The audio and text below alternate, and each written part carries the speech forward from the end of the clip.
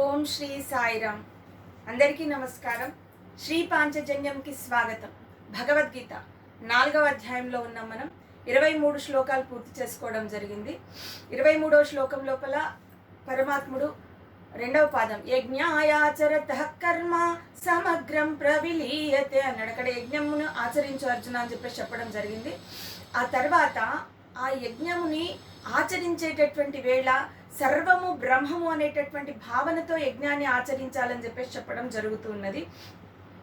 బ్రహ్మార్పణం బ్రహ్మ హవిర్బ్రహ్మాగ్నౌ బ్రహ్మణాహుతం బ్రహ్మైవ తేన గంతవ్యం బ్రహ్మ కర్మ సమాధినా. ఇక్కడ యజ్ఞం చేసేటప్పుడు అర్పణము అంటున్నాడు. అంటే ఏవైతే వస్తువులు ఉంటాయో అవన్నీ కూడా సాధనములు అని అర్థం అన్నమాట.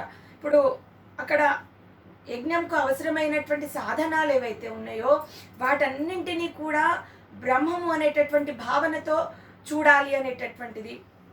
యజ్ఞానికి అవసరమైనటువంటి సాధనములు ప్రణీత, తర్వాత ప్రోక్షణి, శృక్కు, శృవము, తర్వాత అరణి, ఇవన్నీ కూడా యజ్ఞానికి అవసరమైనటువంటి వస్తువులు.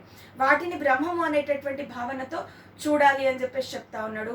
అట్లాగే హవిహి అంటున్నాడు. అంటే యజ్ఞంలో వేసేటటువంటి వస్తువులు ఏవైతే ఉన్నాయో అన్నము కావచ్చు, నెయ్యి కావచ్చు, సమిధలు కావచ్చు, వీటన్నింటినీ కూడా బ్రహ్మము అనేటటువంటి భావనతో చూడాలి అని చెప్తున్నాడు. బ్రహ్మ హవిహి అంటున్నాడు. తర్వాత బ్రహ్మాగ్నౌ అంటున్నాడు. అగ్నిని బ్రహ్మము అనేటటువంటి భావనతో చూడాలి. బ్రహ్మణాహుతం అంటున్నటువంటి. కాబట్టి ఈ యొక్క యజ్ఞమును చేస్తున్నటువంటి దాన్ని కూడా ఈ యొక్క బ్రహ్మము అనేటటువంటి భావనతో చూడాలి. ఆ తర్వాత యజ్ఞ ఫలితం ఏదైతే ఉంటుందో దాన్ని కూడా పొందేటటువంటి ఫలితం ఏదైతే ఉందో గంతవ్యం అంటున్నాడు.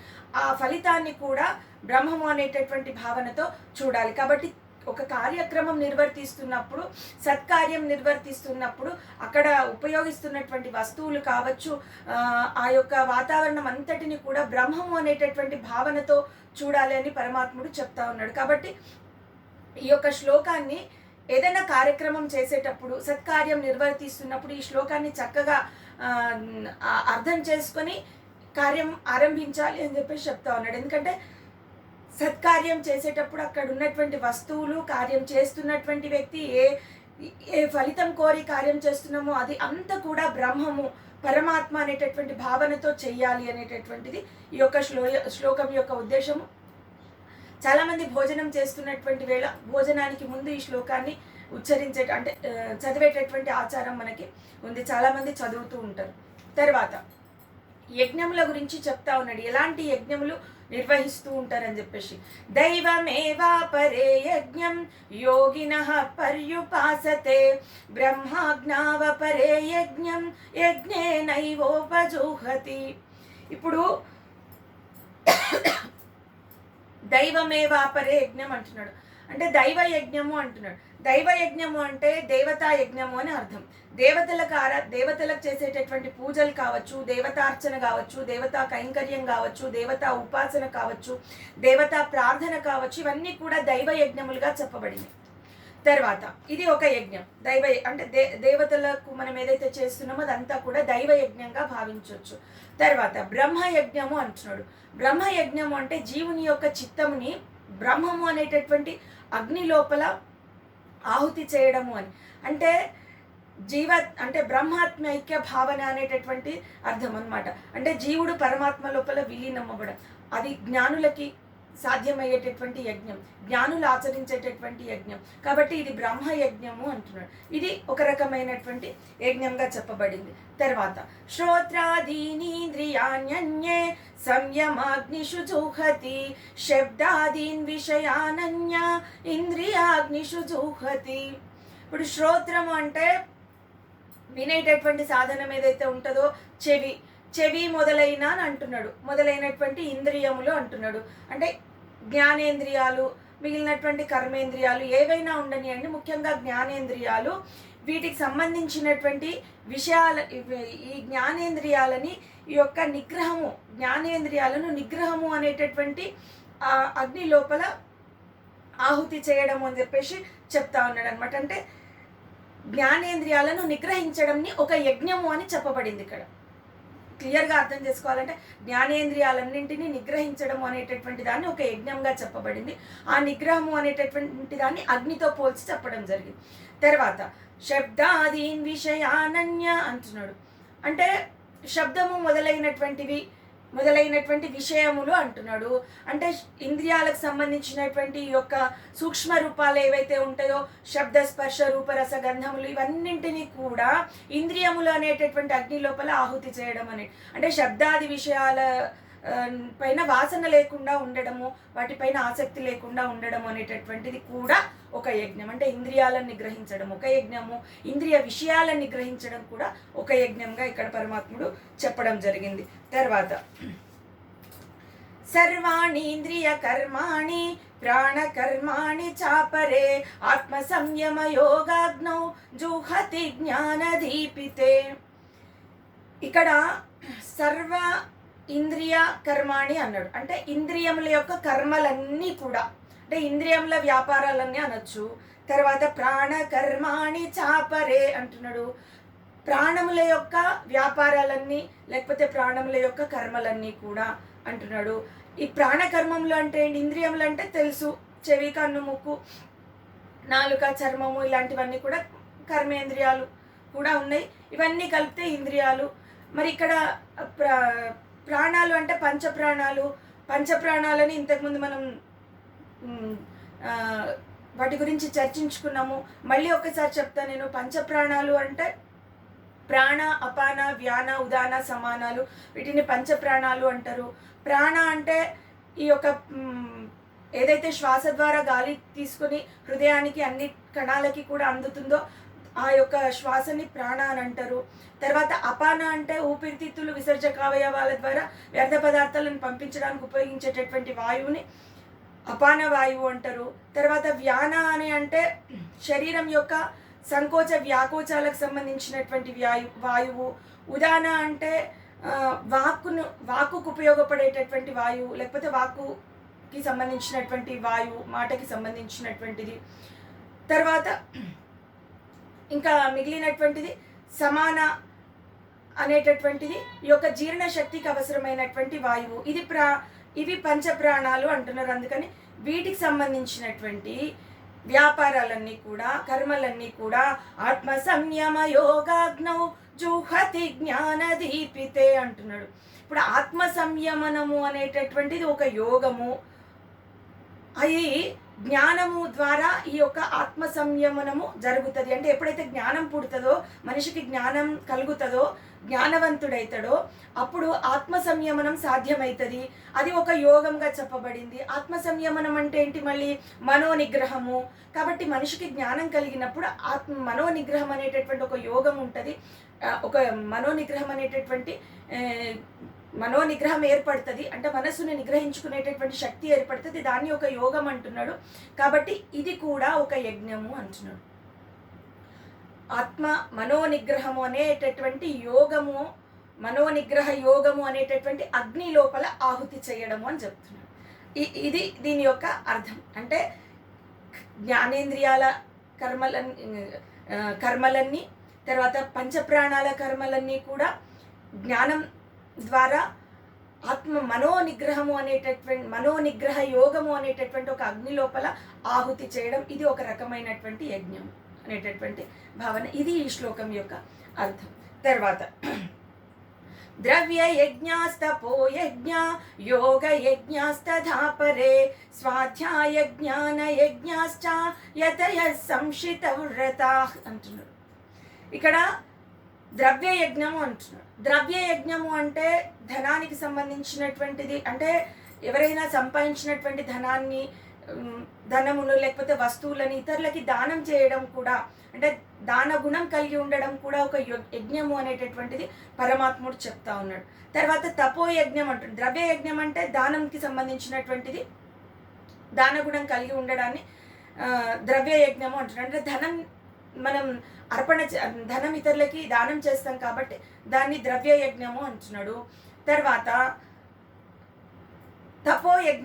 తపోయజ్ఞము అంటే ఈ యొక్క వ్రతాల ద్వారా ఉపవాసాల ద్వారా దేహముని, ఇంద్రియాలని కొంతవరకు శుష్కింపజేసుకొని మెల్లమెల్లగా వాటిని క్రమక్రమంగా వాటిని నియంత్రించడాన్ని కూడా ఒక యజ్ఞం అని చెప్తున్నాడు. అంటే వ్రతాలు, ఉపవాసాలు కూడా ఒక యజ్ఞంగా భావించబడింది. దాని యొక్క లక్ష్యం ఏంటంటే దేహము అనేటటువంటిది లేకపోతే ఇంద్రియాలు అనేటటువంటివి కొంత శుష్కించబడతాయి, కొంత తప్పింపబడతాయి. అట్లా చేయడం వల్ల మెల్లమెల్లగా అవి నియంత్రణలోకి వస్తాయి. కాబట్టి అది ఒక రకమైనటువంటి యజ్ఞంగా చెప్పబడింది. తర్వాత యోగ యజ్ఞము అంటున్నాడు. ఇది యోగమునికి, యోగా శాస్త్రానికి సంబంధించినటువంటిది. యోగం లోపల, యోగ శాస్త్రం లోపల అంటే అష్టాంగ యోగము అని అంటారు. యోగం లోపల 8 అంగాలు ఉంటాయి. ఇట్లా చెట్టుకి ఏ విధంగా వృక్షానికి శాఖలు, ఆకులు, వేళ్ళు ఇట్లాంటివన్నీ కూడా భాగాలుగా ఉన్నాయో అట్లా యోగ శాస్త్రం లోపల 8 శాఖలు ఉన్నాయని చెప్పేసి చెప్పడం జరిగింది. దాని లోపల ఉన్నటువంటి 8 స్థితులు కూడా ఈ యొక్క ఒక యజ్ఞంగా మనం చెప్పడం జరిగింది. ఇప్పుడు యోగ శాస్త్రం లోపల అంటే అష్టాంగ యోగాలు ఏమున్నాయని చెప్తారు. ఇప్పుడు యమ, నియమ, ఆసన, ప్రాణాయామ, ప్రత్యాహార, తర్వాత ధారణ, ధ్యాన, తర్వాత సమాధి, ఈ 8 స్థితులు ఉంటాయి. ఈ 8 కూడా అష్టాంగ యోగంలో అంటారు. ఇది కూడా ఒక రకమైనటువంటి యజ్ఞము అని చెప్తున్నాడు. అది యోగ యజ్ఞం సంబంధించినటువంటి. స్వాధ్యాయము అంటున్నాడు. స్వాధ్యాయము అంటే వేద అధ్యయనము, శాస్త్ర పాండిత్యం కలిగి వాటిని అర్థం చేసుకొని ఆచరించడం కూడా ఒక యజ్ఞం. కాబట్టి వేదాధ్యయనం కావచ్చు, శాస్త్ర పాండిత్యం కలిగి తెలుసుకోవడం, ఇవంతా అర్థం చేసుకుని ఆచరించడం. తెలుసుకోవడం వరకు వదిలేస్తే సరిపోదు, అది అర్థం చేసుకుని ఆచరించడం కూడా ఒక యజ్ఞం. కాబట్టి అది స్వాధ్యాయ యజ్ఞము అంటున్నాడు. తర్వాత జ్ఞాన యజ్ఞము. జ్ఞాన యజ్ఞము అంటే తత్వ విచారణ కలిగి ఉండడము, ఆత్మ అనాత్మ యొక్క విచక్షణ ఉండడము, ఆ యొక్క వివేకం కలిగి ఉండడము, పరమాత్ముల లోపల విలీనం అయ్యేటటువంటి తపన ఏదైతే ఉంటుందో, జ్ఞాని యొక్క లక్షణాలు ఏవైతే ఉంటాయో, నిష్కామ కర్మయోగం, బాహ్య ప్రపంచం పట్ల, ఇంద్రియ విషయాల పట్ల అనాసక్తి ఏదైతే ఉంటుందో, ఇదంతా కూడా జ్ఞానులకు సంబంధించినటువంటి విషయం. దాన్ని జ్ఞాన యోగము అన్నాడు. ఈ విధంగా ద్రవ్య యజ్ఞము, తపోయజ్ఞము, తర్వాత యోగ యజ్ఞము, స్వాధ్యాయ యజ్ఞము, జ్ఞాన యజ్ఞము అని చెప్పేసి చెప్పడం జరిగింది. నెక్స్ట్, అపానే జుహ్వతి ప్రాణం ప్రాణే పానం తథా పరే ప్రాణాపానగతిరుద్ధ్వా ప్రాణాయామ పరాయణాః. ఇక్కడ అపరే నియతాహార అపానే జుహ్వతి ప్రాణం అంటున్నాడు. ప్రాణే పానం తథా పరే అంటున్నాడు. ఇందాక మనం అనుకున్నట్టుగా ఈ యొక్క పంచప్రాణాలు ఏవైతే ఉన్నాయో దాంట్లో ప్రాణ, అపాన అనేటటువంటి స్థితులను మనం తెలుసుకున్నాము. ఇప్పుడు ఈ యొక్క ప్రాణవాయువుని, అపాన వాయువుని నిరోధించి వాటి గతులని మార్చి ప్రాణవాయువునందు అపానవాయువుని, అపానవాయువునందు ప్రాణవాయువుని హోమం చేయడాన్ని ఈ యొక్క యజ్ఞము అని చెప్తున్నాడు. ఇక్కడ దీన్ని ప్రాణాయామము అని అంటారు. అంటే ప్రాణాయామ స్థితి అని అర్థం అన్నమాట. అంటే ప్రాణాయామం గురించి అందరికీ తెలుసు. ఈ యొక్క పూరక, కుంభక, రేచకములు అని అంటారు కదా, ఈ యొక్క శ్వాసకి సంబంధించినటువంటి విషయాలు. కాబట్టి ప్రాణవాయువుని అపానవాయువునందు, అపానవాయువుని ప్రాణవాయువునందు హోమం చేయడం అనేటటువంటిది దీని యొక్క భావన. కాబట్టి ఈ యొక్క ప్రాణాయామం కూడా ఒక యజ్ఞము అని చెప్తున్నాడు. ఈ ప్రాణాయామము ఈ అష్టాంగ యోగములలో 4వది. ఇందాక మనం అనుకున్నాం ఈ యోగాల లోపల 4వది ప్రాణాయామం కూడా ఉన్నది. దీన్ని ఒక యజ్ఞంగా పరమాత్ముడు చెప్పడం జరిగింది. తర్వాత అపరే నియతాహార ప్రాణాన్ ప్రాణేషు జుహతి సర్వేప్యేతే యజ్ఞవిదో యజ్ఞక్షపిత కల్మషాః అంటున్నాడు. తర్వాత అపరే నియతాహార అంటున్నాడు. అంటే ఆహార నియమం ఏదైతే ఉంటుందో అది కూడా ఒక రకమైనటువంటి యజ్ఞమే అని చెప్తున్నాడు. ఆహార నియమము అనేటటువంటిది చాలా చిన్నదిగా భావించేటటువంటి తత్వం చాలా మందికి ఉంటుంది. కానీ పరమాత్ముడు చాలా సందర్భాల లోపల భగవద్గీత లోపల ఆహారానికి ప్రత్యేక ప్రాధాన్యత ఇవ్వడం జరిగింది. ఎందుకంటే అన్నాద్భవంతి భూతాని అన్నాడు. కాబట్టి సర్వభూతములు ఆహారం వల్లనే వృద్ధి చెందుతాయి. అది అలాంటి ఆహారము మంచి ఆహారమై ఉండాలి. ఎలాంటి ఆహారం తీసుకుంటే అలాంటి లక్షణాలు ఉంటాయి అనేటటువంటి భావన చెప్పబడి ఉన్నది. కాబట్టి ఆహార నియమములు అనేటటువంటిది కూడా ఒక యజ్ఞంగా చెప్పబడింది. మరి ఏం నియమాలు ఉండాలి ఆహారం లోపల అంటే, ఒకటి మితాహారం అయి ఉండాలి. శరీరానికి అవసరమైనంత ఆహారమే ఉండాలి. అంటే తినే సందర్భం లోపల తక్కువ ఆహారం తీసుకోవడం అనేటటువంటిది ఒక నియమం. రెండవది సాత్విక ఆహారమై ఉండాలి. ఇది సాత్విక ఆహారానికి సంబంధించినటువంటి విషయాలు మళ్ళీ మనకి పరమాత్ముడు ముందు ముందు చెప్పబోతున్నాడు. చాలా విషయాలు చెప్పడం జరిగింది. మామూలుగా చెప్పాలనుకుంటే ఆయు సత్వ బలారోగ్య సుఖ ప్రీతి వివర్ధన రస్య స్నిగ్ధ స్థిరా హృదయ ఆహార సాత్విక ప్రియా అన్నాడు. కాబట్టి ఇన్ని లక్షణాలు ఉంటాయి సాత్వికుల యొక్క ఆహారం లోపల. ఇన్ని లక్షణాలు ఉంటాయి. ఆయుష్ కలిగించేటటువంటిది, తర్వాత బుద్ధి కలిగించేటటువంటిది, ఆరోగ్యం కలిగించేటటువంటిది, సుఖం కలిగించేటటువంటిది, ప్రీతికరమైనటువంటిది, రసంతో కూడుకున్నటువంటిది, స్నిగ్ధంతో కూడుకున్నటువంటిది, ఇన్ని లక్షణాలు కూడా స్థిరమైనటువంటిది, హృదయానికి నచ్చేటటువంటిది, ఇన్ని లక్షణాలు కలిగి ఉన్నటువంటి ఆహారంని సాత్విక ఆహారము అంటారు. కాబట్టి అలాంటి ఆహారం తీసుకోవాలి. తర్వాత మూడవది న్యాయమైనటువంటి ఆర్జితమైనటువంటి ఆహారం తీసుకోవాలి. ఎందుకంటే మనం తీసుకుంటున్నటువంటి ఆహారం న్యాయార్జితమై ఉండాలి. అన్యాయం చేసి ఎవరినో కొట్టి తీసుకొచ్చినటువంటిది, ఎవరికో అన్యాయం చేసి తీసుకొచ్చినటువంటిది మనం భుజిస్తే అది ఆహార నియమంని ఉల్లంఘించినట్టు అవుతుంది. తర్వాత ముఖ్యంగా పరమాత్ముడికి అర్పణ చేస్తే మిగిలినటువంటి ఆహారాన్ని తినాలి. లేకపోతే గతంలో మనం ఆ శ్లోకం నేర్చుకున్నాము, పరమాత్ముడు ఇచ్చినటువంటి దాన్ని పరమాత్ముడికి అర్పించకుండా తింటే అది దొంగతనంతో సమానమని స్వామి చెప్పడం జరిగింది. కాబట్టి ఏది అయినా కూడా పరమాత్ముడికి అర్పించి మిగిలినటువంటి దాన్ని అమృతంతో సమానము అని చెప్పి పరమాత్ముడికి అర్పించిన తర్వాత మిగిలినటువంటిది ఏదైతే ఉంటుందో అది అమృతంతో సమానం. అలాంటి ఆహారాన్ని మనం స్వీకరించాలి. చివరిగా ఇంకొక నియమము,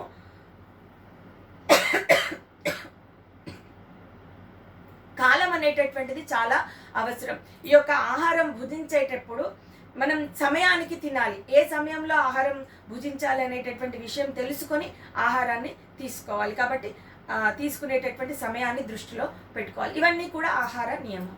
కాబట్టి ఇవన్నీ కూడా ఆచరించడం అనేటటువంటిది ఒక యజ్ఞంగా పరమాత్ముడు చెప్పింది. కాబట్టి సర్వేప్యేతే యజ్ఞ విదో యజ్ఞక్షపిత కల్మష అంటున్నాడు. ఈ విధి విధానాలన్నీ తెలుసుకుని ఆచరించేటటువంటి వాడు ఎలాంటి పాపంలో కూడా పడడు అని చెప్పేసి పరమాత్ముడు చెప్తా ఉన్నాడు. తర్వాత యజ్ఞ శిష్టామృత భుజో యాంతి బ్రహ్మ సనాతనం నాయం లోకోస్వ యజ్ఞస్య కుతోన్యః కురు సత్తమా. ఇందాక చెప్పినట్టుగా యజ్ఞ శిష్టామృత భుజ అంటున్నాడు. ఎందుకంటే అది యజ్ఞంలో అర్పణ చేసిన తర్వాత మిగిలినటువంటిది అమృతంతో సమానము అంటున్నాడు. యజ్ఞ శిష్టామృత అంటున్నాడు. అంటే ఆ అమృతంతో సమానమైనటువంటి భోజనం స్వీకరించాలి. యాంతి బ్రహ్మ సనాతనం నాయం లోకోస్వ యజ్ఞస్య కుతోన్యః కురు సత్తమ. దీని అర్థం ఏంటంటే, ఒకవేళ అలా భోజనం చేయనటువంటి వాడు ఈ లోకం నందే సుఖం పొందడు, ఇంకా పరలోకం సంగతి చెప్పాల్సినటువంటి అవసరం లేదు అని చెప్తా ఉన్నాడు. తర్వాత ఏవం బహువిధా యజ్ఞ వితతా బ్రహ్మణో ముఖే కర్మజాన్ విద్ధి తాన్ సర్వాన్ ఏవం జ్ఞాత్వా విమోక్షసే అంటున్నాడు. ఇక్కడ ఇవన్నీ కూడా యజ్ఞం యొక్క విధి విధానాలు అని చెప్తున్నాడు. ఏవం బహువిధా యజ్ఞ వితతా బ్రహ్మణో ముఖే అంటే వేదం నందు చెప్పబడినటువంటి యజ్ఞములు అంటున్నాడు. బ్రహ్మణోముఖి అని ఎందుకు అంటున్నాడు అంటే, బ్రహ్మ వేదం చెప్పిండు కాబట్టి, బ్రహ్మముఖత వెలువడింది కాబట్టి బ్రహ్మణోముఖి అంటున్నాడు. అయితే వేదంలో ఇంకా అనేక రకాలైనటువంటి యజ్ఞములు కూడా చెప్పబడినవి, కానీ కొన్ని మాత్రం మనకి ఇక్కడ ప్రత్యేకించి చెప్పబడినవి. కాబట్టి దీంట్లో ఏదో ఒక యజ్ఞము, ఏదో ఒక సత్కార్యము అయినా నిర్వర్తించాలి. కనీసం ఒక్క సత్కార్యమైనా, ఒక్క యజ్ఞమైనా మనిషి అన్నటువంటి వాడు నిర్వర్తించాలి అని చెప్పేసి చెప్తున్నాడు. అలా నిర్వర్తించినటువంటి వాడు తాను చేసేటటువంటి కర్మల నుంచి విముక్తి పొందుతాడు అని చెప్పేసి పరమాత్ముడు చెప్పడం జరిగింది. మొత్తానికి ఇప్పుడు నేర్చుకున్నటువంటి యజ్ఞాలు మళ్ళీ ఒక్కసారి ఈ ఏ విధమైనటువంటి యజ్ఞాలు అని చెప్పేసి చెప్పడం లోపల దైవ యజ్ఞము అన్నాడు, బ్రహ్మ యజ్ఞము అన్నాడు, తర్వాత ఇంద్రియ నిగ్రహ యజ్ఞము, శబ్దాది విషయాల నిగ్రహము అనేటటువంటిది ఉన్నది. తర్వాత ద్రవ్య యజ్ఞము, తపోయజ్ఞము, యోగ యజ్ఞము, స్వాధ్యాయ యజ్ఞము, జ్ఞాన యజ్ఞము, తర్వాత ప్రాణాపాన యజ్ఞము, తర్వాత ఆహార నియమము అనేటటువంటి యజ్ఞము, ఇన్ని యజ్ఞాల గురించి పరమాత్ముడు చెప్పడం జరిగింది. ఇన్ని చెప్పేసి ఏం చెప్తున్నాడు అంటే, శ్రేయాన్ ద్రవ్యమయాద్యజ్ఞాత్ జ్ఞాన యజ్ఞ పరంతప సర్వం కర్మాఖిలం పార్థ జ్ఞానే పరిసమాప్యతే అంటున్నాడు.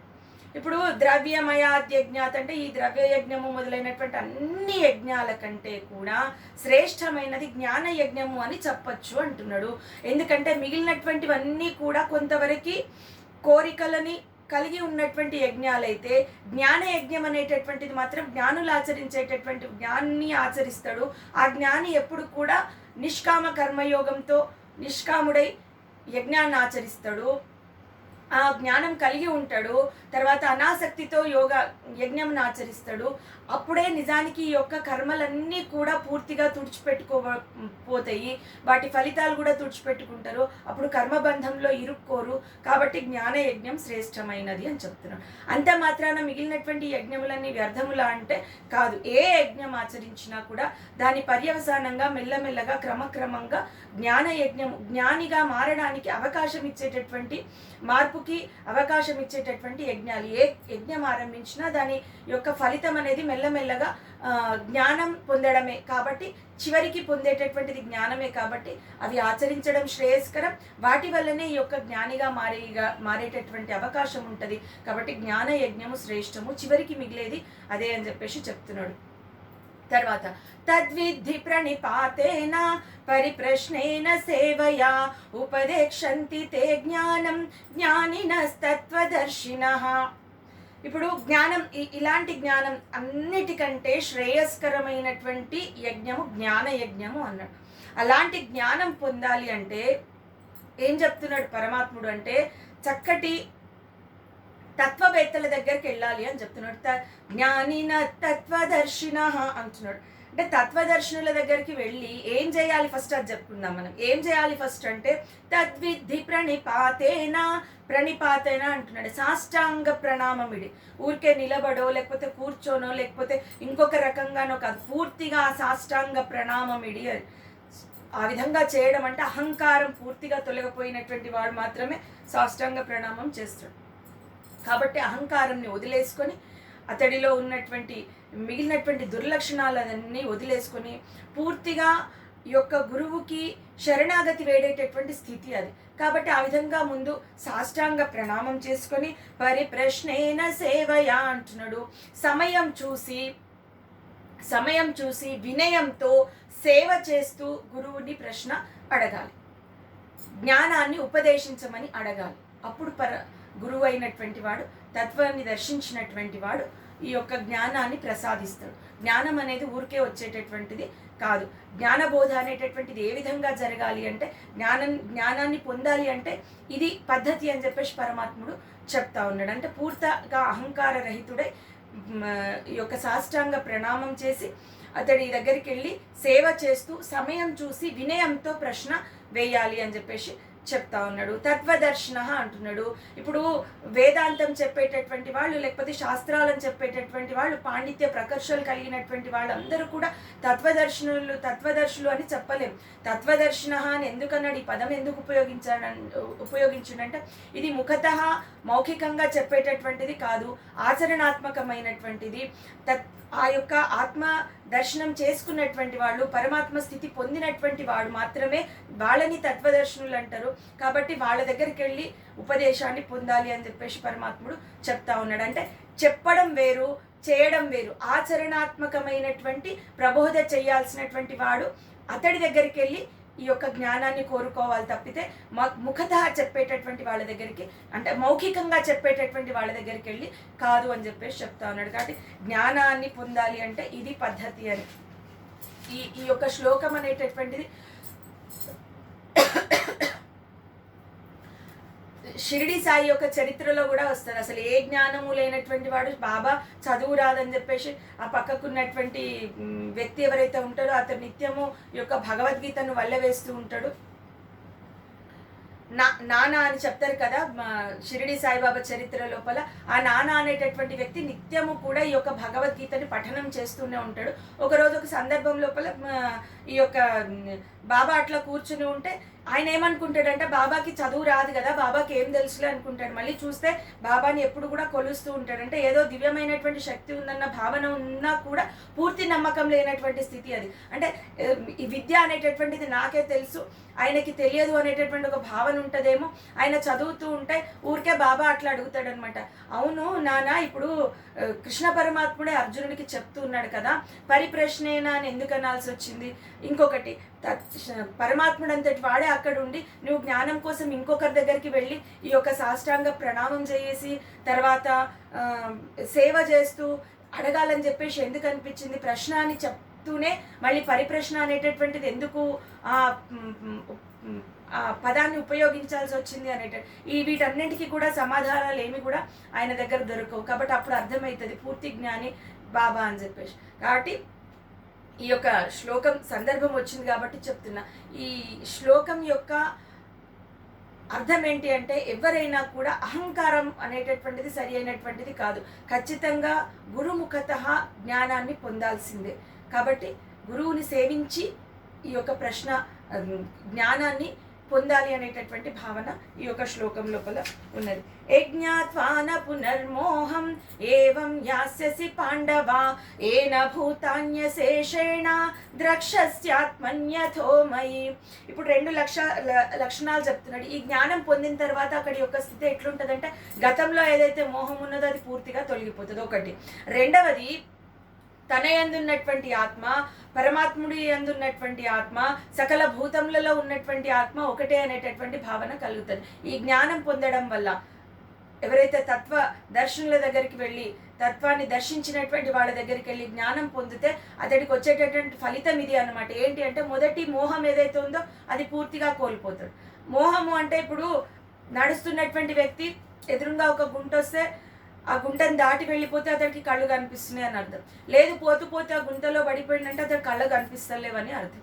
ఇప్పుడు జ్ఞానం పొందినటువంటి వాడు గతంలో ఏదో మోహంలో ఉన్నాడు. అర్జునుడు అంతటి వాడు మోహానికి గురి అయిపోయి యుద్ధం నేను చెయ్యను అంటున్నాడు. ఇప్పుడు ఆ తర్వాత జ్ఞానం పొందుతున్నాడు, పరమాత్మ ముఖతః జ్ఞానాన్ని పొందుతూ ఉన్నాడు. పొందిన తర్వాత కూడా మళ్ళీ నేను యుద్ధం చెయ్యను అంటే అర్థమైంది, ఇంకా ఆ జ్ఞానంలోంచి బయటపడలేడు, జ్ఞానాన్ని పొందలేడు అనేటటువంటిది క్లియర్గా అర్థమైంది. కాబట్టి ఈ లక్షణం అనేటటువంటిది ఉంది. గతంలో ఏదైతే మోహం ఉంటుందో అది పూర్తిగా తొలగిపోతుంది అంటే ఒక్కసారి జ్ఞానం పొందిన తర్వాత. రెండవది, తనలో ఉన్నటువంటి ఆత్మ ద్రక్షస్యాత్మన్యథో మయి అంటున్నాడు. నా యందు, నీ యందు, సకల భూతములందు, అందరి యందు ఉన్నటువంటి ఆత్మ ఒకటే అనేటటువంటి భావన కలిగి ఉంటాడు. ఇప్పుడు అర్జునుడు ఏమనుకోవాలి? అర్జునులో ఉన్న ఆత్మ ఇతర అందరి లోపల ఉన్న ఆత్మ ఒకటే, తర్వాత పరమాత్ముడిలో ఉన్న ఆత్మ కూడా ఒకటే అని అనుకున్నప్పుడు సాక్షాత్తు అర్జునుడే కృష్ణుడు అనేటటువంటి భావన కలుగుతుంది. అంటే జీవుడు పరమాత్ముడు అయిపోతాడు అనేటటువంటి భావన కలుగుతుంది. కాబట్టి జ్ఞానం పొందినటువంటి వాడు అంటే మిగిలినటువంటి ఏ స్థితిలో అయినా కూడా ఏదో ఒకటి సంపాదిస్తారేమో, ఏదో ఒకటి పొందగలుగుతారు, ఏదో ఒక లోకాన్ని పొందగలుగుతారు, లేకపోతే స్వర్గాదులు మొదలైనటువంటి సుఖలోకాలని పొందగలుగుతారు. కానీ జ్ఞానం పొందినటువంటి వాడు సాక్షాత్తు జీవుడు శివుడైపోతాడు అని చెప్తున్నాడు ఇక్కడ పరమాత్ముడు. కాబట్టి నాలో నీలో ఉన్న ఆత్మ అంతా ఒక్కటే అని దర్శించగలిగేటటువంటి స్థితికి వస్తాడు పూర్తి జ్ఞాని అయినటువంటి వాడు అని చెప్పేసి పరమాత్ముడు చెప్తూ, అపి చేదపి పాపేభ్య సర్వేభ్యః పాపకృత్తమః సర్వం జ్ఞానప్లవేనైవ వృజినం సంతరిష్యసి. ఇక్కడ ఇప్పుడు నువ్వు ఇంతకుముందు ఎన్ని పాపాలు చేసినా, సర్వేభ్యః పాపకృత్తమః అంటున్నాడు. అన్ని పాపాల కంటే పెద్ద పాపం నువ్వు చేసినా కూడా, పాపులందరిలో కల్లా పెద్ద పాపివి నీవైనా కూడా, ఈ యొక్క జ్ఞానము అనేటటువంటి నౌక ద్వారా ఈ యొక్క ఏమంటారు జ్ఞానము అనేటటువంటి నౌక ద్వారా వృజినం సంతరిష్యసి అంటున్నాడు. పాపము అనేటటువంటి సముద్రాన్ని నువ్వు దాటగలుగుతావు అని చెప్తున్నాడు. ఇప్పుడు అంటే మొత్తం ఎన్ని పాపాలు చేసినా పర్వాలేదు అనేటటువంటి భావన ఇక్కడ తీసుకోవద్దు. అంటే ఎన్ని పాపాలు చేసినా కూడా నువ్వు మోక్షప్రాప్తి పొందుతావు, సముద్రాన్ని పాపాలన్నీ దాటేస్తావు అని చెప్పేసి చెప్తున్నాడు. అంటే అర్థం ఏంటిది అక్కడ? ఈ యొక్క జ్ఞానం కలిగినటువంటి వేళ అజ్ఞానంలో చేసినటువంటి కర్మలన్నీ చేయడం ఆపేసి జ్ఞానం పొందిన తర్వాత సత్కర్మలు చేయడం ఆరంభిస్తాడు. కాబట్టి అతని పాపాలన్నీ తొలగిపోతాయి. దీన్ని బట్టి ఇంతవరకు జీవులు ఎవరైనా భగవద్గీత వినక ముందు కావచ్చు, ఈ యొక్క పరమాత్ముడి బోధ వినక ముందు కావచ్చు, ఎన్ని పాపాలు చేసినా గత జీవితం అంతా పాప కూపమైనా కూడా భయపడాల్సినటువంటి అవసరం లేదు. దానిని అక్కడితో ఆపేసి సత్కర్మలు ఆచరించేటటువంటి లక్షణం కలిగి సత్కర్మలు ఆచరిస్తే తర్వాత ఆ విధంగా జ్ఞానం పొందగలిగితే ఆ జ్ఞానం అనేటటువంటి నౌక ద్వారా ఈ యొక్క సముద్రాన్ని పాపం అనేటటువంటి సముద్రాన్ని దాటగలుగుతాడు అని చెప్పేసి పరమాత్ముడు చెప్తా ఉన్నాడు. తర్వాత యథైధాంసి సమిద్ధోగ్ని భస్మసాత్ కురుతే తథా జ్ఞాన యథైధాంసి సమిద్ధోగ్ని భస్మసాత్ కురుతే అర్జున జ్ఞానాగ్ని సర్వకర్మాణి భస్మసాత్ కురుతే తథా. ఇక్కడ ఈ యొక్క సమిధలని అంటే కట్టెలని అగ్ని ఏ విధంగా పూర్తిగా దహించేసి బూడిదం చేస్తుందో అట్లా ఈ యొక్క జ్ఞానము సమస్త కర్మలని బూడిద చేసేస్తుంది, సమస్త కర్మలని తొలగించేస్తుంది, బంధంలో ఇరుక్కోకుండా చూస్తుంది, బంధ విముక్తుణ్ణి చేసేస్తుంది అనేటటువంటి భావన. కాబట్టి జ్ఞానముకి అంత శక్తి ఉంది. జ్ఞానము పొందినటువంటి వాడు సమస్త కర్మల నుంచి కర్మల బంధనం నుంచి విముక్తి అయిపోతాడు అనేటటువంటిది ఈ శ్లోకం యొక్క భావన. కాబట్టి ఇలాంటి జ్ఞానం అనేటటువంటిది మామూలు విషయం కాదు. నహి జ్ఞానేన సదృశం పవిత్రమిహ విద్యతే తత్స్వయం యోగ సంసిద్ధః కాలేనాత్మని విందతి. కాబట్టి ఈ జ్ఞానానికి సంబంధించినటువంటి యొక్క పవిత్రమైనటువంటి విద్య ఇంకొకటి లేదు. ఎన్ని విద్యలు ఆచరించినా జ్ఞానంని మించినటువంటి విద్య ఇంకేది కూడా లేదు.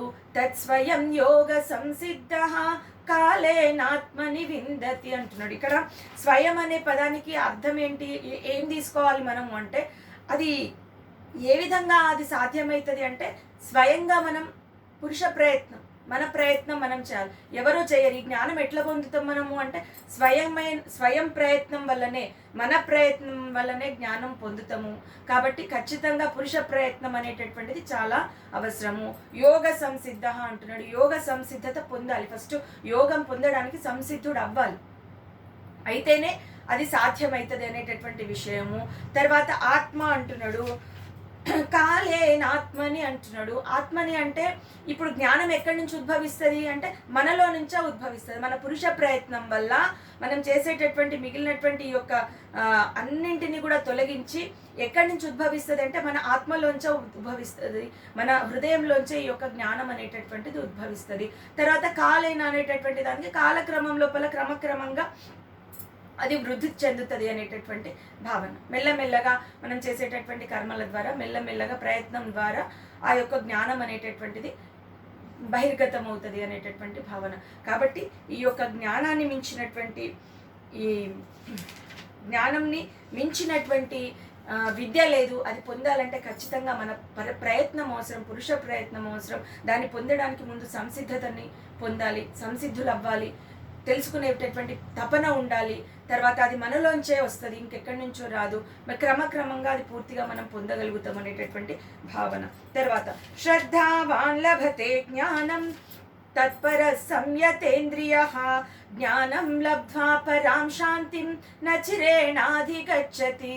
ఇక్కడ ఈ జ్ఞానాన్ని ఎవరు పొందుతారు అని అంటే శ్రద్ధ కలిగినటువంటి వాడు. తర్వాత తత్పర సంయతేంద్రియః అంటున్నాడు. తత్పర అంటే ఏంటి అంటే ఏకాగ్రమైనటువంటి మనస్సు, నిష్ఠ, ఏకాగ్ర నిష్ఠ కలిగినటువంటి వాడు. సంయతేంద్రియః ఇంద్రియాలను నిగ్రహించినటువంటి వాడు. జ్ఞానం లబ్ధ్వా పరాం శాంతిం నచిరేణాధిగచ్చతి అంటే శ్రద్ధ కలిగినటువంటి వాడు, తదేక నిష్ఠ కలిగినటువంటి వాడు, ఇంద్రియాలను నిగ్రహించుకున్నటువంటి వాడు ఈ యొక్క జ్ఞానాన్ని పొందగలుగుతాడు. ఒక్కసారి జ్ఞానం పొందిందంటే అతడు పూర్తిగా శాంతి పొందగలుగుతాడు అనేటటువంటిది అర్థం అన్నమాట. కాబట్టి ఇప్పుడు శ్రద్ధ అనేటటువంటిది చాలా ముఖ్యమైనటువంటి విషయం. ఊరికే శ్రద్ధ ఉంటే అంటే సరిపోదు. ఖచ్చితంగా గురువు యందు, దైవం అందు, తర్వాత ఎక్కడైనా కూడా శాస్త్రం పట్ల శ్రద్ధ అనేటటువంటిది చాలా అవసరం. ఉదాహరణ తీసుకుంటే వైద్యుడి పట్ల మనకి నమ్మకం లేకపోతే అతడి పట్ల శ్రద్ధ లేకపోతే అతడు చేసేటటువంటి ట్రీట్మెంట్ కూడా మనకి పనికిరాదు. కాబట్టి గురువు పట్ల శ్రద్ధ ఉండాలి, శాస్త్రం పట్ల శ్రద్ధ ఉండాలి, దైవం పట్ల శ్రద్ధ ఉండాలి. అది ఉంటేనే సాధ్యమవుతుంది అనేటటువంటిది అర్థము. తర్వాత ఇంకొకటి ఏంటి అంటే, ఈ యొక్క తదేక నిష్ఠ అనేటటువంటి పదానికి మనం అర్థం కనుక తీసుకుంటే, ఆ నిష్ఠ అనేటటువంటిది 3 ఒకే రకంగా ఉండాలి. ఒకటి శారీరకంగా, తర్వాత వాక్కు ద్వారా, మనస్సు ద్వారా, అన్ని నిష్ఠలు ఒకటే అయి ఉండాలి. ఒకటి అంటే మనసు ఒకటి ఆలోచిస్తుంటే, వాక్కు ఒకటి చెప్తుంటే, చేసే పనులు ఒకటి, అట్లా ఉండకూడదు. అన్నీ కూడా వాచ కర్మణ అంటారు కదా, అంతా కూడా మనస వాచ కర్మణ అన్నీ ఒకే నిష్ఠ కలిగి ఉండాలి. ఇంద్రియాల నిగ్రహించుకోవాలి. ఈ విధంగా శ్రద్ధ కలిగి ఉండాలి, పూర్తి శ్రద్ధ కలిగి ఉండాలి, తదేక నిష్ఠ కలిగి ఉండాలి, తర్వాత ఇంద్రియ నిగ్రహం కలిగి ఉండాలి. అలాంటి వాడు జ్ఞానాన్ని పొందుతాడు. పొందినటువంటి జ్ఞానం పొందిన తర్వాత పూర్తిగా శాంతియుతంగా అవుతాడు అని చెప్పేసి అర్థం అనమాట. అంటే పరమశాంతిని పొందుతాడు అనేటటువంటిది భావన. తర్వాత ఆజ్ఞశ్చ శ్రద్ధ దానశ్చ సంశయాత్మా వినశ్యతి నాయం లోకోస్తి న పరో న సుఖం సంశయాత్మనః. అవివేకి ఆజ్ఞశ్చ అశ్రద్ధాదానశ్చ, శ్రద్ధ లేనటువంటి వాడు, ఎప్పుడు కూడా అనుమానస్తుడు, సంశయాత్ముడైనటువంటి వాడికి ఈ యొక్క జ్ఞానం అనేది లభించదు. జ్ఞానం లభించినటువంటి వాడికి ఇహంలో సుఖం లేదు, పరంలో మోక్షము లేదు అని చెప్పేసి పరమాత్ముడు చెప్తా ఉన్నాడు. తర్వాత యోగ సన్యస్వ కర్మాణం జ్ఞాన సంచిన్న సంశయం ఆత్మవంతం న కర్మాణి నిబధ్నంతి ధనంజయ. ఇప్పుడు యోగ సన్యస్వ కర్మాణము అని అంటే అర్థం ఏంటిది? నిష్కామ కర్మయోగం. కాబట్టి అంటే కర్మల యొక్క ఫలాన్ని త్యజించినటువంటి వాడు. తర్వాత జ్ఞాన సంచిన్న సంశయం, ఈ 2 పాయింట్స్ చెప్పింది. యోగ సన్యస్వ కర్మాణం అంటే నిష్కామ కర్మయోగం ఆచరించేటటువంటి వాడు, ఫలాపేక్ష లేకుండా కర్మను ఆచరించేటటువంటి వాడు. జ్ఞాన సంచిన్న సంశయం అంటే అలాంటి వాడు జ్ఞానం కలిగి జ్ఞానంతో సంశయాలన్నింటినీ కూడా ఛేదించినటువంటి వాడు. ఆత్మవంతం న కర్మాణి, అలాంటి ఆత్మనిష్ఠుడు ఎవరైతే ఉంటారో నిబధ్నంతి ధనంజయ, ఏ కర్మలయందు బంధించబడడు. 2 పాయింట్స్ చెప్పింది నేను, అందుకే మళ్ళీ చెప్తున్నా. నిష్కామ కర్మయోగం ఆచరించినటువంటి వాడు. రెండవది జ్ఞానం అనేటటువంటి జ్ఞానంతో తన యొక్క అనుమానాలన్నీ కూడా, ఇంతకుముందే చెప్పిండు సంశయాత్ముడు ఎప్పుడు కూడా సుఖాన్ని పొందడానికి. కాబట్టి తన జ్ఞానం కలిగి తన యొక్క అనుమానాలన్నీ తొలగించుకునేటటువంటి వాడు, సంశయాలన్నింటినీ తొలగించుకునేటటువంటి వాడు ఈ యొక్క అలాంటి ఆత్మనిష్ఠుడు ఎవరైతే ఉంటాడో అతడు ఏ యొక్క కర్మ లోపల బంధించబడడు. ఇది చెప్తూ తస్మాదజ్ఞాన సంభూతం హృతస్థం జ్ఞానాసినాత్మనః చిత్వైనం సంశయం యోగం ఆతిష్టోత్తిష్ట భారత. కాబట్టి అజ్ఞానం వల్ల, అజ్ఞాన సంభూతం అంటున్నాడు, అజ్ఞానం వల్ల పుట్టినటువంటి హృతస్థం జ్ఞానాసినాత్మనః, అజ్ఞానం వల్ల పుట్టినటువంటి సంశయం ఏదైతే ఉంటుందో దాన్ని జ్ఞానము అనేటటువంటి కత్తితో, లేకపోతే జ్ఞానము అనేటటువంటి ఖడ్గంతో, ఇంతకుముందే చెప్పిన జ్ఞానాన్ని చాలా సందర్భాల లోపల చాలా విషయాలతో, ఇంతకుముందే జ్ఞానంని నౌకతో పోల్చండి, అంతకుముందు జ్ఞానాన్ని తపస్సుతో పోల్చండి, ఇక్కడ జ్ఞానముని ఖడ్గముతో పోల్చి చెప్తా ఉన్నాడు. కాబట్టి ఈ యొక్క అజ్ఞానం వల్ల పుట్టినటువంటి సంశయం ఏదైతే ఉంటుందో దాన్ని జ్ఞానము అనేటటువంటి ఖడ్గంతో ఛేదించి